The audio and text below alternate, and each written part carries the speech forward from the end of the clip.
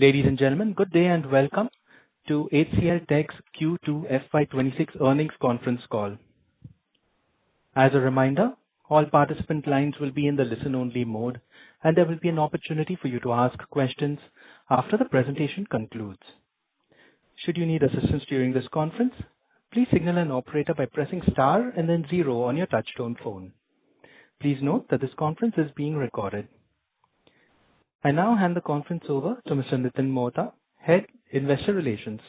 Thank you, and over to you, sir. Thank you, Darwin. Good morning and good evening, everyone. A very warm welcome to HCL Tech's Q2 FY26 earnings call.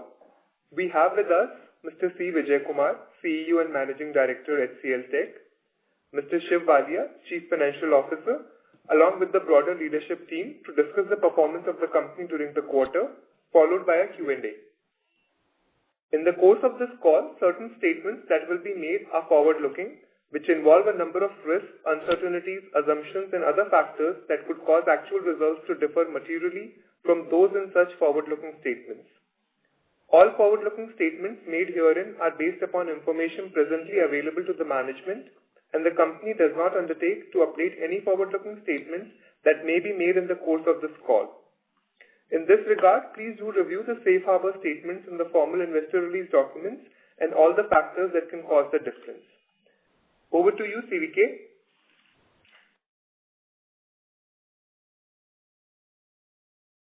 Thank you, Nitin. Good morning, good afternoon, and good evening, everyone. Thank you for joining our second quarter earnings call. I hope all of you are doing well. This was a strong and energizing quarter for us, with broad-based growth, expansion in margins, and exceptional bookings.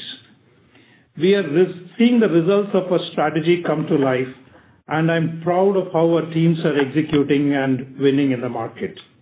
Our revenue grew 2.4% sequentially and 4.6% on a year-on-year basis in constant currency. Our services business grew 2.5% sequentially and 5.5% year-on-year in constant currency, with robust growth in IT and business services and ER&D services. Our software business, subscription support and professional services revenue grew 9% year-on-year, while the overall revenue was lower due to lower perpetual license revenue. This reflects our objective to increase subscription revenue, which is expected to provide more sustainable value compared to the perpetual license revenue. Our operating margins came at 17.5%, an increase of 116 basis points sequentially.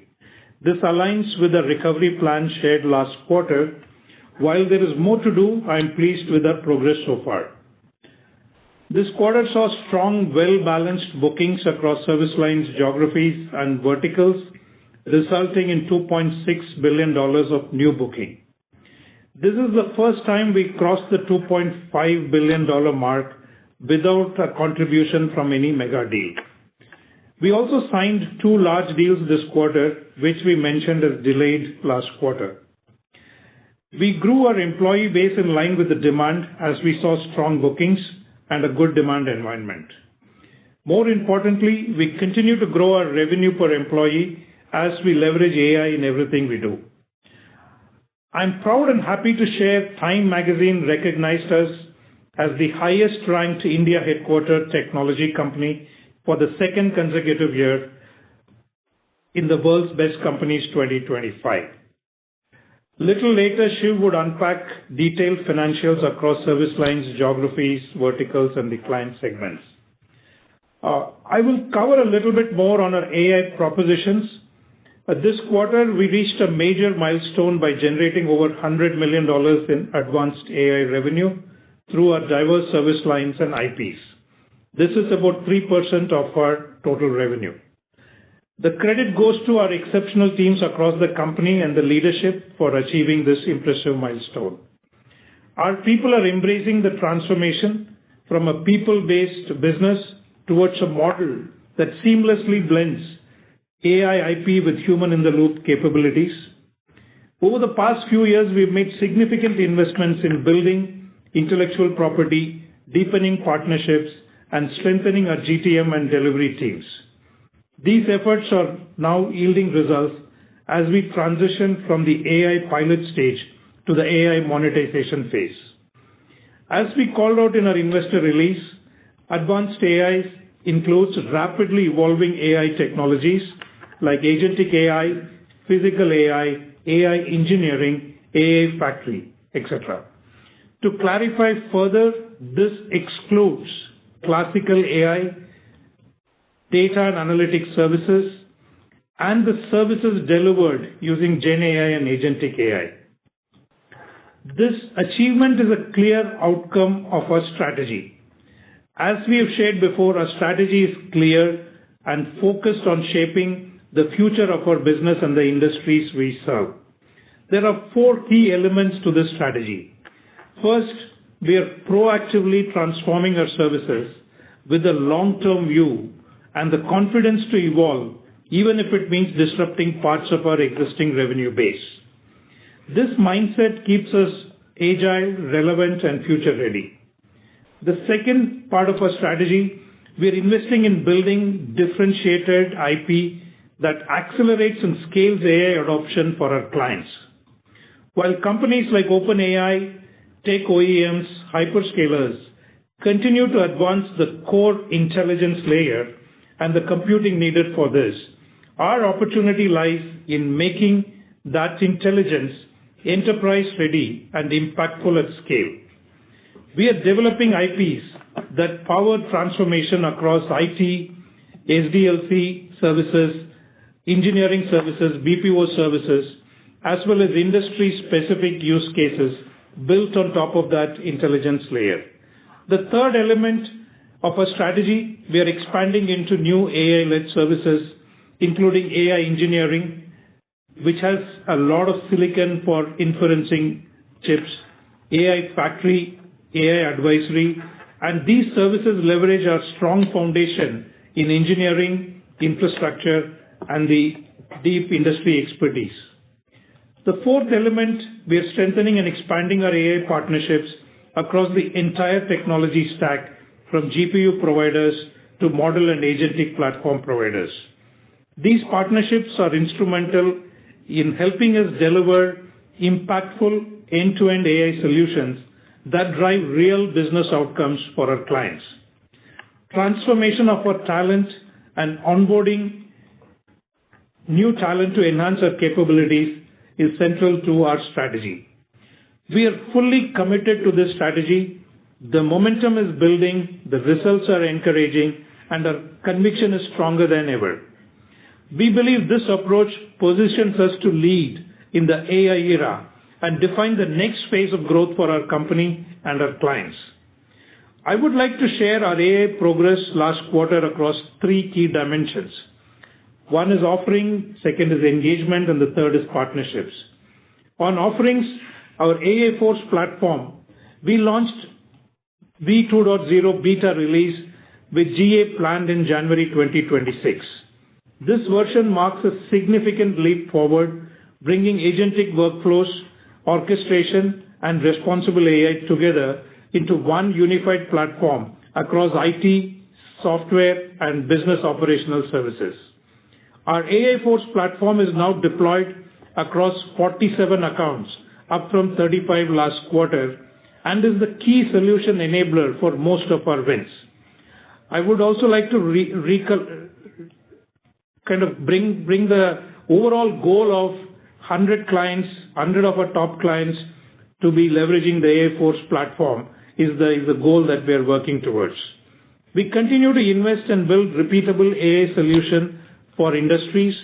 The Insight Gen in financial services and VisionX in manufacturing are 2 that are seeing good traction. Under advanced AI, we have added 2 new offering pillars of AI Factory and AI Advisory.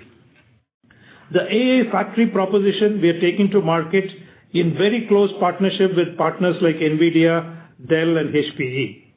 We are engaged with one of the global top 10 tech companies in implementing global AI factories. We see strong demand here, and we are scaling our teams to service this demand. In AI Advisory, we will be helping our clients deploy AI at scale by advising its strategic points in their adoption journey, from use case prioritization to business case formulation to POC and deployment blueprints, followed by organizational level change management and responsible AI. We also launched a new AI security and red teaming offering. In physical AI, we signed a deal in robotics with AI, which is a proposition that is catching great interest in tech and heavy industries. In data and AI Foundry, we launched new capabilities and accelerators to enable business persona-driven agentic AI solutions for data modernization and analytics. On engagement maturity dimension, we are witnessing the size of our engagements becoming bigger every quarter. Most of our services deals are now embedded with advanced AI capabilities as they come up for renewal. 5 of our top 10 renewals came with increased ACV, while the specific SOWs in the remaining ones had a decline due to AI-linked productivity. These are from large growing clients, and we do see opportunities to consolidate more work due to our proactive strategy in scaling AI with these clients. Some key examples from Q2 reflect the maturity in our AI engagement. We signed a major legacy modernization program with a leading European retailer to upgrade their order management system. Using AI Force, we are automating design, build, and test workflows, resulting in 30 to 40% increased developer productivity, shorter cycle times, and greater agility in software development. A Fortune 100 aerospace company chose HCL Tech to create contour scanning software and a simulation testbed. Using physical AI and automation, HCL Tech will support precision manufacturing, faster validation, and improved production efficiency. A US global manufacturer selected HCL Tech AI advisory services to build an enterprise AI and governance framework to scale AI initiatives with measurable ROI, regulatory compliance, and responsible AI principles. A large US telecom company selected HCL Tech to launch an NVIDIA-powered emerging tech AI lab. Here we are setting up a high-performance AI cluster and deploying state-of-the-art models such as Llama 405B, Maverick, and Scout. Apart from this, we have several clients who are leveraging our advanced AI services. We think there is great potential to partner with these clients to grow our advanced AI business further. On the third axis is the maturity of our enabling ecosystems consisting of our people and partners. We see good demand for OpenAI enterprise adoption, and we are training more people to support this journey. We announced 2 more significant collaborations this quarter. We announced a multi-year strategic partnership with Pearson to co-develop AI-powered products and services designed to close skill gaps, empower individuals to advance their careers, and help organizations succeed amidst the rapid technological change. We joined MIT Media Lab in the US to collaborate in shaping the future of AI and emerging technology areas such as quantum computing. While we sign these new collaborations, we continue to excel in our existing AI ecosystem. We received the Dell AI Partner of the Year award for VisionX solution. HCL Tech is the only SI partner to receive this award. We announced new partnerships with SailPoint on AI-driven identity transformation and with Thought Machine to accelerate AI and cloud-led transformation of banks. On the people side, we continue to train our people at scale. We are building black belt cohorts on every technology stream. We trained 820 black belts in H1 alone, while our data and AI principal cohorts are now strongly embedded in more than 50% of our priority accounts. We've also undertaken an AI skills standardization framework and have identified 14 top AI skills for scaling our AI talent base. As a testimonial to this maturing momentum, we received multiple leadership citations for our AI business this quarter that are mentioned in our investor release. The progress we've made on advanced AI over the last few quarters gives us great confidence in our AI propositions as it resonates with our clients. Every investment we have made till date builds the conviction that it was very well invested. As we further accelerate our journey to address the expanding market to help enterprise clients realize value out of their AI investment, we expect to further invest in advanced AI propositions, IPs, go-to-market capabilities, and partnerships. I will dwell a little more regarding our bookings. We crossed $2.5 billion of new bookings without mega deals. We continue to invest in a strong global sales engine that meets diverse client needs. For instance, our public sector GTM group secured a large aerospace and defense contract with a new client last quarter. As you would all know, new bookings we disclose do not include rate card deals or renewals. We emphasize more on the new booking metric, which generally has a strong correlation with revenue growth, typically observed with a 1 to 2 quarter lag. Nearly all deals include AI, and our comprehensive suite of AI offerings was instrumental in securing multiple large strategic wins. You would find the details about our key wins in our investor release. As you would have noticed, we have been growing strong in 3 large verticals, which is BFSI, technology, and telecom and media. We see a similar trend emerging in retail CPG that should help us grow in the future as well as diversify our portfolio. We continue to win and grow in our retail and CPG business as clients show intense interest in our prudent approach to adopting and scaling AI. A couple of areas where we see this include integration work in M&A, or carve-out related separation work, and in large-scale SDLC transformation work supported by generative AI, especially our AI Force platform. We are seeing similar trends in life sciences and healthcare, as well as in our public services. While the broader manufacturing segment is doing fine, there is continued impact due to the auto sector slowdown within the overall manufacturing vertical. Next, I want to share some thoughts on our software business.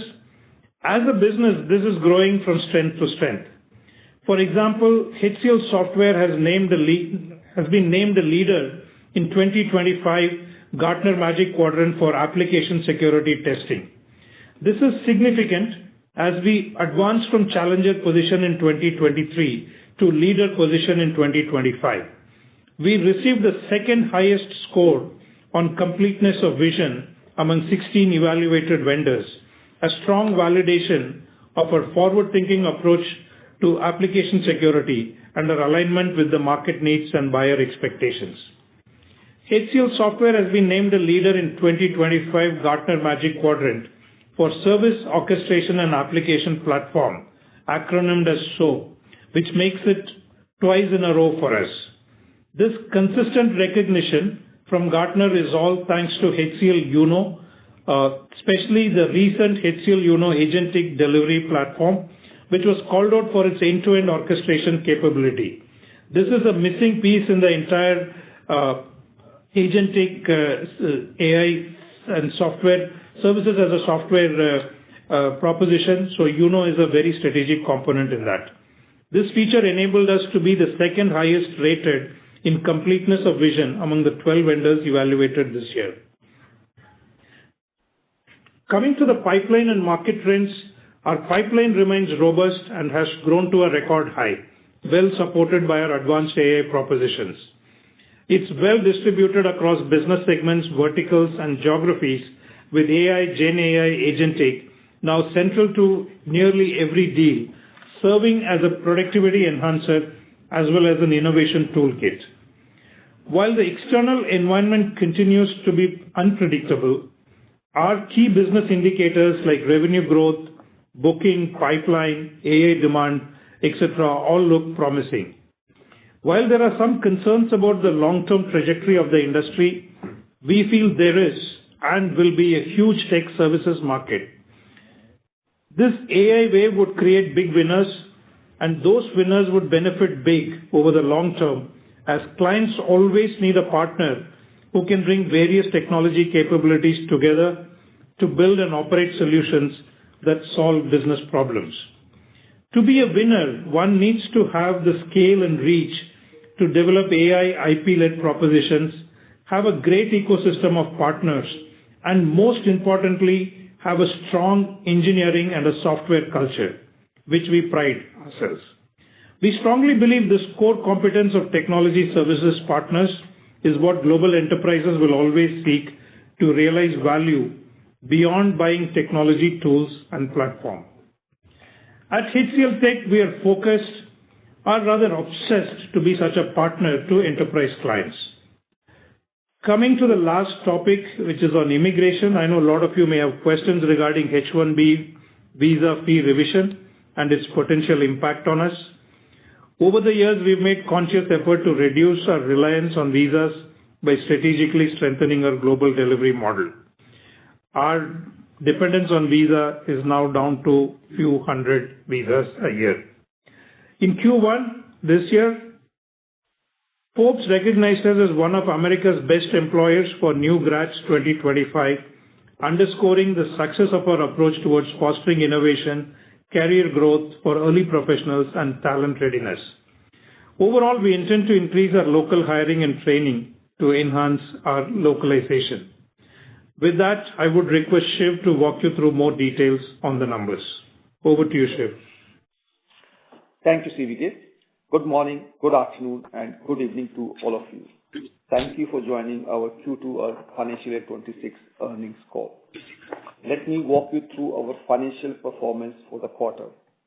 Starting with the revenue performance, total revenue for the quarter is $3,644 million, a growth of 2.4% quarter-on-quarter and 4.6% year-on-year in constant currency terms.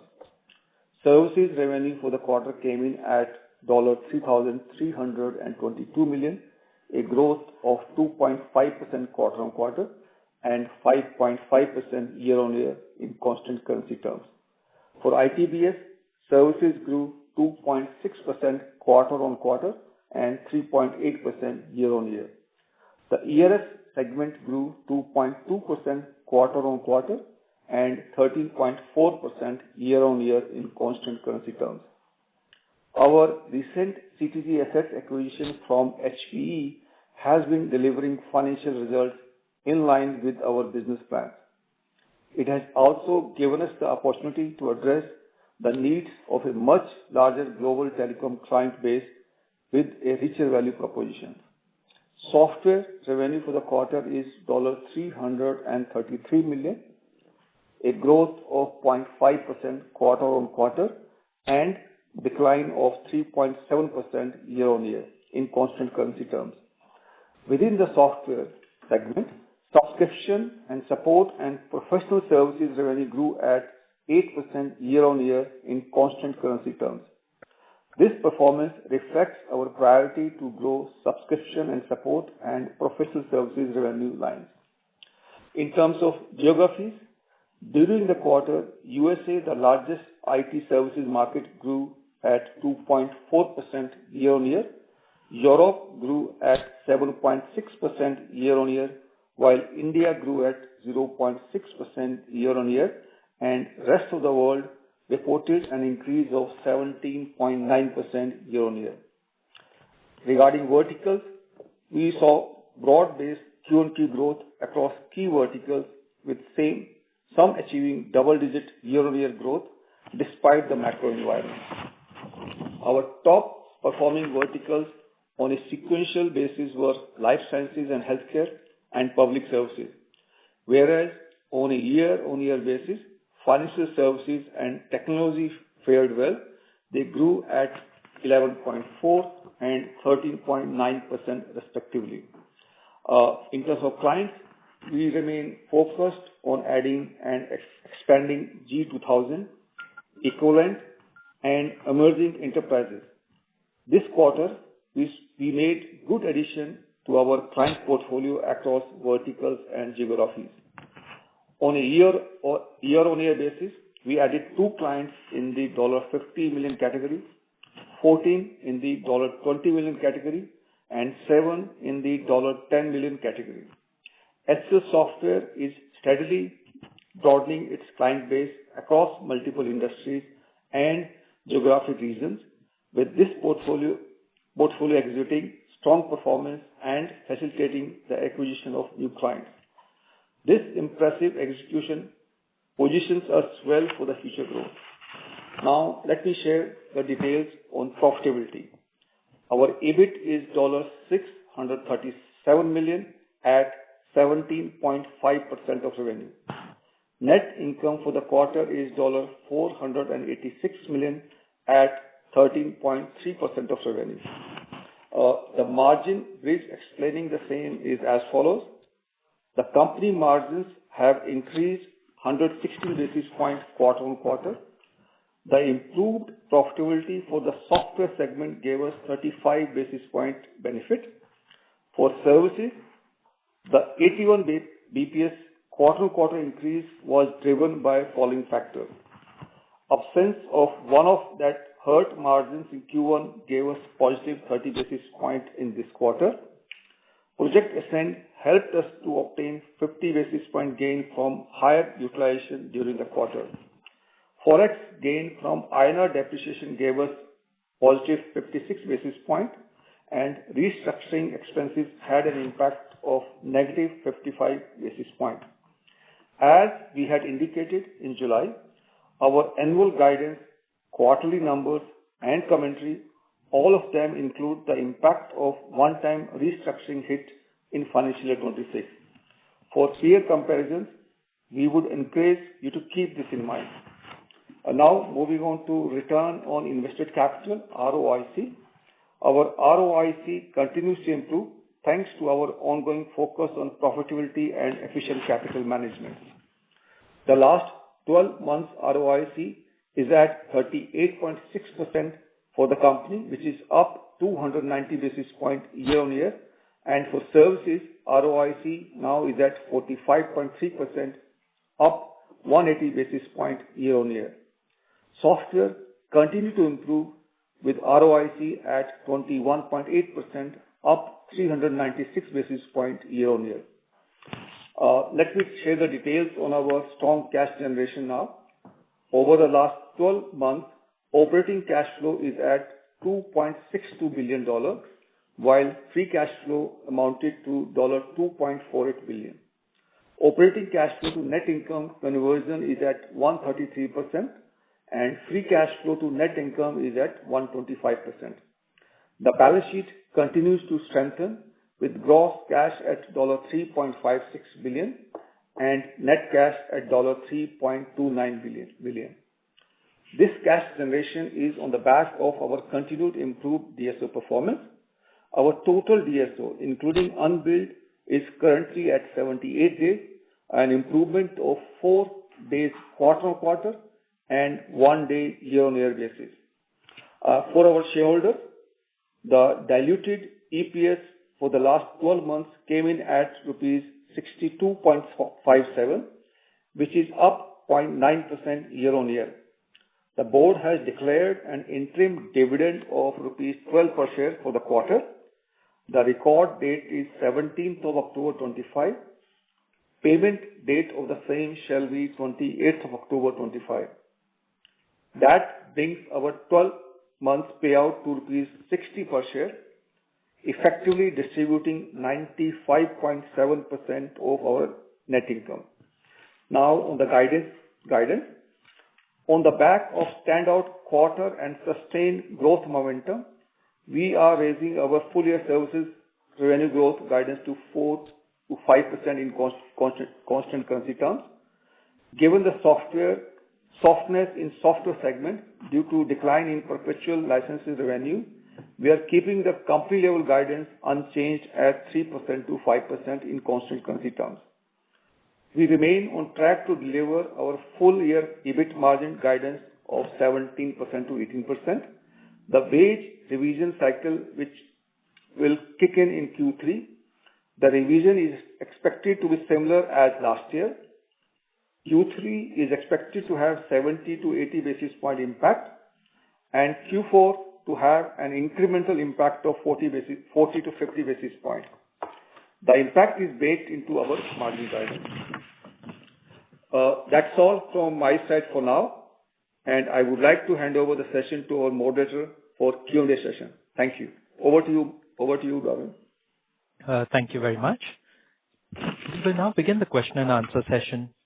Anyone who wishes to ask a question may press star and one on their touchtone telephone.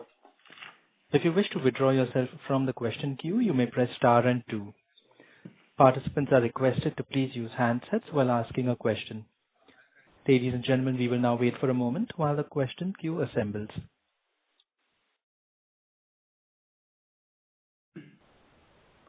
Our first question comes from the line of Abhishek Pathak from Motilal Oswal. Please go ahead. Hi, am I audible? You are audible, sir. You may proceed. Hi, team. Thank you for the opportunity and congrats on a solid quarter. CVK, very encouraging to see advanced AI revenue broken out. Quite curious to know how are these revenues being offered to clients? Are they mostly through standalone POCs or standalone projects, or are they kind of embedded into our bread and butter business? That's one. And secondly, how do you see HCL's revenue mix evolve over the next 3 to 4 years? I mean, do we expect IPs to contribute more and more percentage of our revenues? And if that's the case, how do you see our R&D expenses go up, considering we'll be competing head-on with a lot of the rich world OEMs in their own backyard? And lastly, a question on margins for Shiv. On the restructuring charges, would we expect a similar sort of quantum of hit over the next couple of quarters as well? That's all from my side. Thank you. Yeah. Thank you, Abhishek, for a lot of interesting questions. And first is advanced AI. It's got a number of different ways of billing. For example, a lot of inference silicon build work are more fixed price projects which we take with clients and deliver. And that has got a lot of scaling, and there are a lot of reusable components in that. That's number one. And for example, for the AI factory, the implementation could be even time and material, but there is a run piece which is based on per rack and things like that. Then there are a lot of custom AI solutions that we are building for our clients, which is continuing to be contracted in the traditional ways. Some of them, most of them in some kind of a fixed price model, because we also leverage some solution accelerator there. But there could be number of time and material also. And on top of it, there is an IP element. Like, for example, AI Force is being used in the SDLC transformation. The AI Force has got a licensing price list, and that's what we're considering as an advanced AI revenue. All the services that are being delivered, that is not considered in this category. And there are a couple of small products in HCL software. They also are being sold as IPs. So right now the IP component is small. Now going into your next question on what do we expect our IP trajectory to evolve. We believe this industry will have to evolve from being a pure labor-based service provider to people plus IP and platform-based service provider. And when you have the platform as a third-party platform, I think there is very little leverage, very little stickiness that we can build. And we believe we can really deliver very good quality vertical IP solutions which can be replicated across customers. So that is why we are investing. However, the investment that is required to create that intelligence layer, that's not something we are taking on ourselves. We are really leveraging the intelligence layer created by OpenAI and Llama and all the tech companies. We are really creating IPs which make this intelligent layer a lot more usable, scaling and relevant for the enterprise. I think this is the sweet spot where we are focused on, and everything goes through a rigorous kind of exercise. And we are open to invest, and we really don't have a full picture on how much investment this will need. But I think this is really required for the long-term, vibrancy of the business. And I think it's a very good investment to make. We have already identified a few products. AI Force is the is what I would strongly call as the killer app, which is really making a lot of big deals happen. And we are competing head on with all the big players who have a lot of AI, whatever mindset. We've been able to kind of showcase because of the technical depth of the product, especially when the client evaluates getting their hands dirty, we come out winners. So I think it's a strong proposition. It's a big strategic initiative for us. We will not hesitate to make the right investments to make this a big success. I don't have a revenue number as to what our IP will be, but for sure it is going to consistently increase in our services portfolio. That's very helpful. Anything else, Angus? Yeah. So regarding restructuring, Abhishek, in July, we announced around 40 basis point impact of restructuring for the full year. We expect this to be on the slightly on the higher side for the full year based on whatever visibility we have right now. We, as you would have noticed, we started this exercise in Q2, and this will continue through Q3, and we expect to have some spillover in Q4 as well. So got it. Thank you. Perfect. Thank you. And the list of IPs are already called out in our investor release for your reference. Thank you. Ladies and gentlemen, we request you to please restrict yourselves to one question and one follow-up question. If you have further questions, you may rejoin the queue. Our next question comes from the line of Ravi Menon from Macquarie. Please go ahead. Hi. Thank you. Congrats on pretty broad-based growth. First question is on the EBIT margin. So if I adjust for that 55 basis points of restructuring, you're almost back at your 18 to 19% range. And you should surely get some cost benefit from restructuring going into next year, right? That's the question that I had, which is how much will the benefit be, once you finish the restructuring? So on a structural basis, I mean, how much margin improvement should we factor in because of the restructuring? That's, as you said, we have given the guidance for this year, 17 to 18%, and when we talked about at the time of lowering the guidance last quarter, we did talk about one-off which are hurting us, and we also clarified that we are not structurally lowering our margin band, but in terms of what it is going to be next year, we would like to address that question when we give our next year guidance in April, Ravi. That is fair, sir, but just trying to understand what's the benefit that you're expecting to get. I mean, is it 20 bips, 30 bips? I mean, what should it be?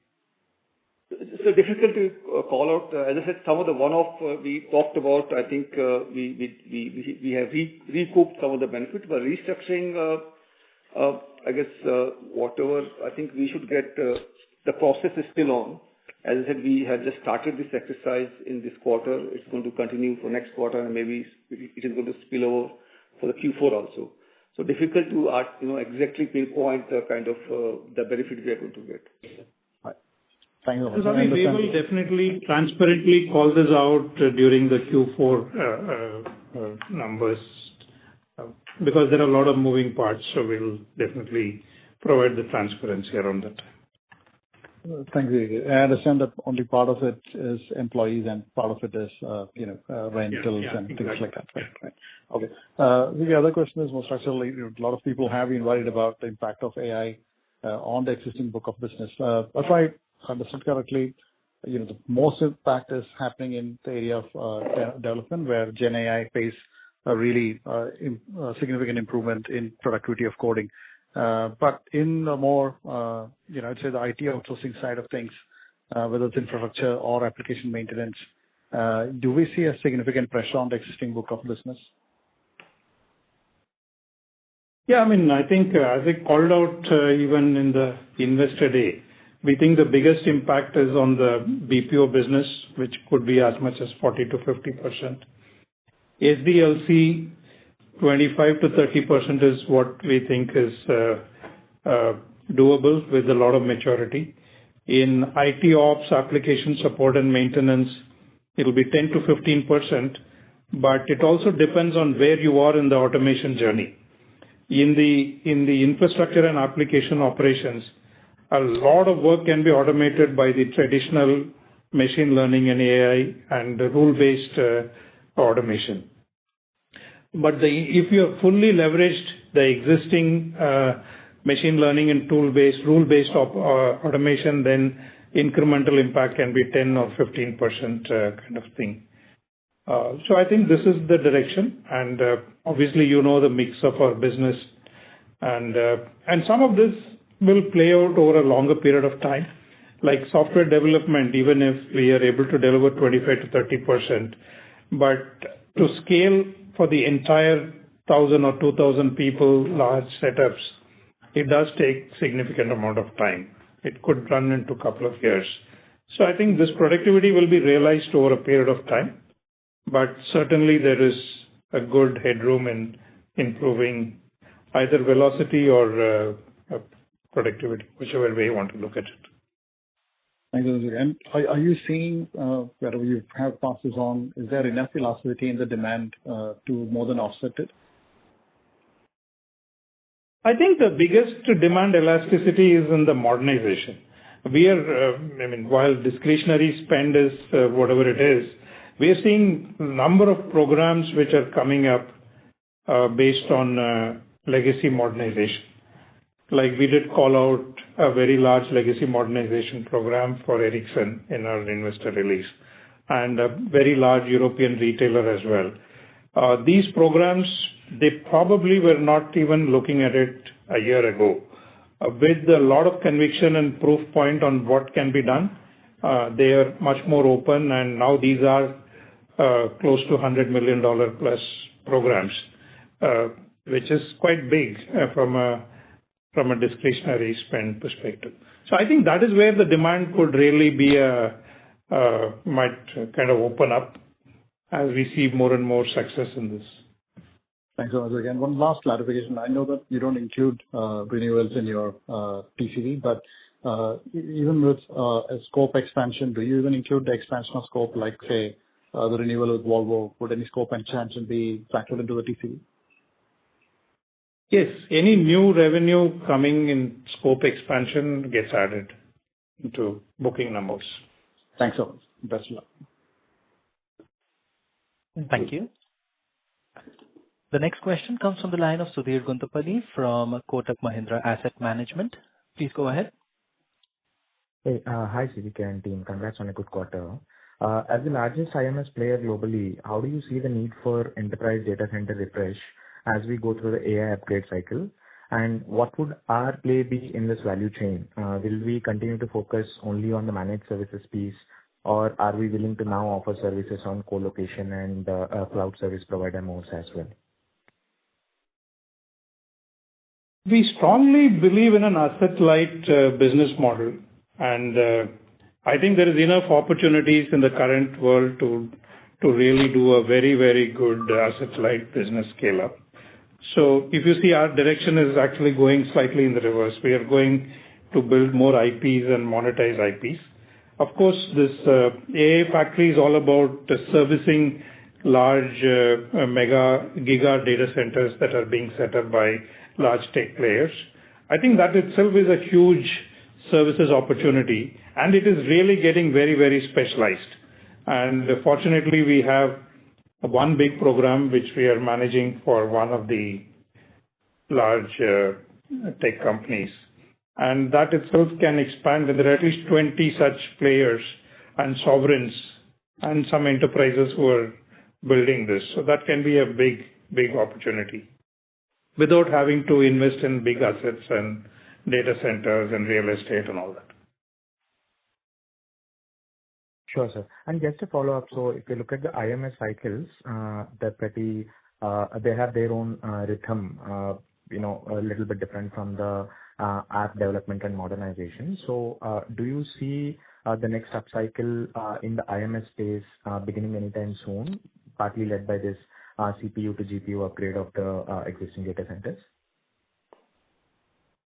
Yeah, we are seeing some traction. I don't think it's picking up. From an enterprise side, it's still not picked up in a big way. But there are some edge use cases where we see edge compute with GPUs and all that is becoming relevant. I would think it's early days to really look for a large cycle of enterprise upgrade of CPUs to GPUs. Sure, sir. Thanks, and all the very best for the future. Thank you, Sudhir. Thank you. We have our next question from the line of Abhishek Kumar from JM Financial Limited. Please go ahead.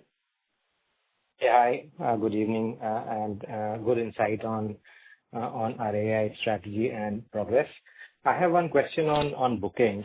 CVK, you mentioned that we are proactively cannibalizing the existing business, and also in some of the SOWs that we have got renewal, the existing SOWs has seen which we have been able to offset through new scope, etc.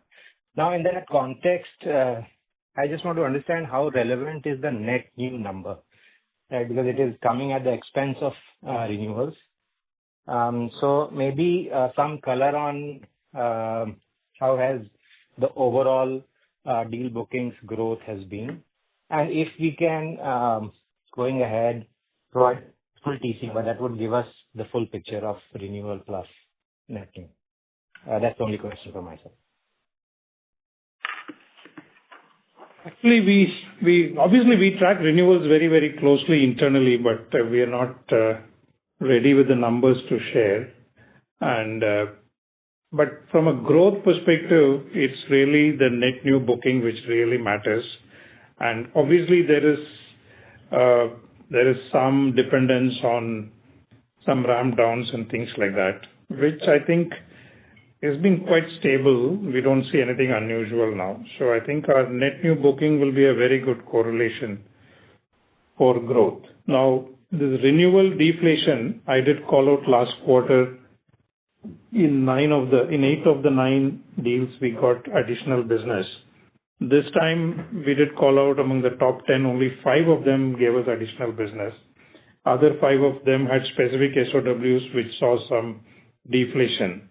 But what is comforting is these are large clients of us. One segment of the work, there is some deflation. And there is a lot of book of business that we can consolidate with these large clients based on the proof points of proactively delivering AI-led productivity. I think that's a very good indicator for you to see how things are playing out.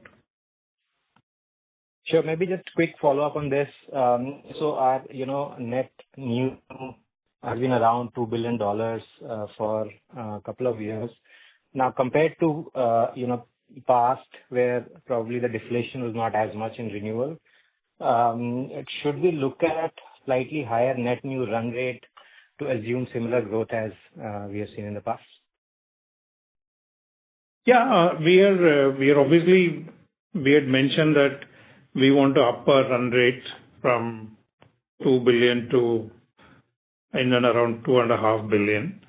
And that's something which we've been working with a lot of rigor and a lot of science behind it. And we think we will get there soon. This quarter obviously was a $2.6 billion without a mega deal. And I do think our pipeline is good. Our win ratios are good. And we're well set up for a $2.5 billion kind of run rate. Of course, this can always be spikes sometimes. But on a run rate basis, I think we feel good about achieving this. Sure. Thank you and all the best. Thank you. Thank you. Our next question is from the line of Vibhor Singhal from Nuvama Equities. Please go ahead.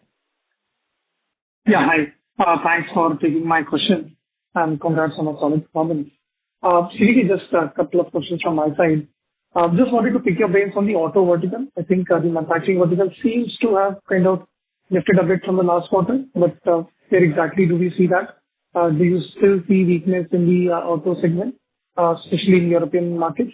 And what's our outlook for that segment, let's say, over the next 2-3 quarters? Do you think the weakness will persist? Or is there some signs of turnaround happening in that? I'll just follow up that with the next question. If you can answer this, please. Yeah, auto vertical pipeline continues to look very, very strong, but decision-making is just not happening. It's taking its own time. And some of the opportunities are kind of replacing incumbents and things like that, so they're all taking a long time. But given the stress in the industry, it's only a matter of time when we see some large outsourcing possibilities. But we have to wait it out. Got it. So nothing around the corner, at least at this point of time, as we see it. Yeah, I would agree with you. Sure. Just a last question, but CVK, on the headcount number. Given, I mean, we were the first one who started calling out our AI revenues. How do you see the overall headcount evolve, let's say for the company or for the industry over the next, not just quarter, let's say over the next 2 to 3 years, with the advent of AI? Do you think we'll be able to do more with less? Do you think the headcount number where we are today could actually be the same number we might be looking at maybe 2 or 3 years down the line with very limited net new additions from the current levels? If you can give some color on that, that'd be really great. Yeah, I think it's directly a factor of growth. I mean, if you see our revenue in the last couple of years, we've grown 4-5%, and our headcount has not grown. So I think that gives you a sense there is some non-linearity playing out. Even this quarter, I mean, our whatever revenue growth and head people count, there is at least 1.5% or 1% at least there is a difference. And when you take a year-on-year, there is a 1.8% increase in revenue per employee. So I think that is the kind of uptick that we expect to see. It should gradually improve as we create more platforms, more IP, more solution and services as a software kind of propositions with agentic and all of that. We believe there is certain non-linearity. Even if you're able to achieve a 1% differential every quarter, I think it will start adding up to a meaningful non-linear pattern. Got it. Great. Thank you so much for taking my question, and I wish you all the best. Thank you. Thank you. Our next question comes from the line of Surendra from Citi. Please go ahead. Yeah, hi. Good evening, CVK. Good evening, Shiv. Good quarter. And thanks for all the details that you shared. Just had a couple of questions. Firstly, this was asked earlier, but you said that out of top 10 renewals, 5 had increased scope, increased ACV. So possible to give a sense of what the aggregate trend for those 10 deals would have looked like? What kind of growth in ACV would it have translated for all of those 10 deals put together? Surendra, we don't have the numbers ready, and we didn't intend to share. This was only to give a directional view of our proactive approach of pursuing the clients to implement AI in a very meaningful way. I think we wanted to give, or we are also tracking to get some comfort if our hypothesis of proactively driving this will drive more mind share and more wallet share. At this point, we feel confident, but I think the difference is not every service provider is being proactive. A lot of providers are defensive as well, and that itself is an opportunity for us. Fair enough, CVK. And is it reasonable to say that in the 5 instances where you gain share, it would have come from peers in the industry? Yes, and maybe some things might have been in-house as well. Understood. And just a second question on the H1B issue. In financial services, at least it is a meaningful gain share in financial services. Meaningful gain share is something which I can confidently share. Yeah, thanks for that. Which is reflected in our 11% growth. Understood.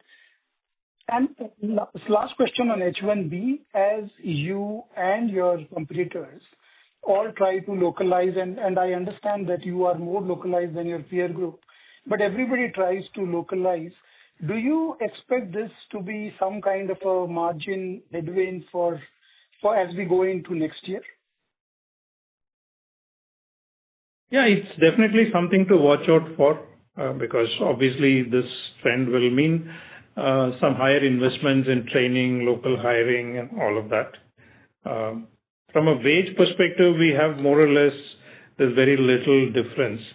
But availability and all of that, we'll have to see how we'll manage it. Fortunately, the dependence is very low, so that way we feel comfortable. But is there a risk of higher attrition? Sorry to interrupt, Surendra. We request you to please rejoin the queue if you have further questions. Thank you. Our next question comes from the line of Sandeep Shah from Equirus Securities. Please go ahead. Yeah, thanks for the opportunity. CVK, in one of the replies of the AI impact on the different horizontals, you called out it will take another 2 to 3 years because there are new things which need to be done before AI can be scaled up by enterprises like modernization and other stuff. So in that scenario, is it fair to assume that in the next 2-3 years, AI can additive in terms of demand rather than deflative? And the second question is on EBIT margin. This year we have a lot of one-offs. So why we are still not saying that the next year we can be back to 18-19% EBIT margin? What holds you back to commit that? Because we are doing better in terms of margin even in this quarter, including one-offs. So, Sandeep, I think you were a little confused on this modernization thing. Modernization is an independent stream. What I mentioned about scaling in the existing SDLC landscape is really to get a small group of people fully use, leverage, train them and measure productivity, ensure that we are getting the productivity and the entire change management for a large software development organization. I think that's what I'm saying. It is going to take a couple of years. And modernization continues to be a separate motion. A lot of customers are looking at modernization. I think that is definitely an additive in terms of overall revenue for the industry. Now, with all puts and takes, where will it land depends on what the portfolio that one has. And you have a sense of our portfolio, so that's broadly where it is. Thank you. Yeah, in terms of just to add, we are, Sandeep, we are on track to recoup the margins we have envisaged, in last quarter, like one-off reversals and improved utilization. However, our clear focus is to cement our position as industry growth leader during this tectonic, shift in the industry. And to that end, we will prioritize investment in AI to help us grow the discipline margins. So that's our focus is. And as I said, we are not going to call out the margin next year. We'll call out the margins when we do our financial year 27 guidance in April. Thank you. Ladies and gentlemen, we will take that as our last question for today. I would now like to hand the conference over to Mr. C. Vijayakumar, CEO and MD, for closing comments. Over to you, sir. Yeah. In closing, we are energized by our performance in the quarter gone by, and we are confident of our trajectory for rest of the year. Thank you for your continued support. Wishing you and your families a very happy Diwali and joyous festive season ahead. Good evening and take care. Thank you. Thank you. On behalf of HCL Tech, that concludes this conference. Thank you all for joining us. You may now disconnect your lines.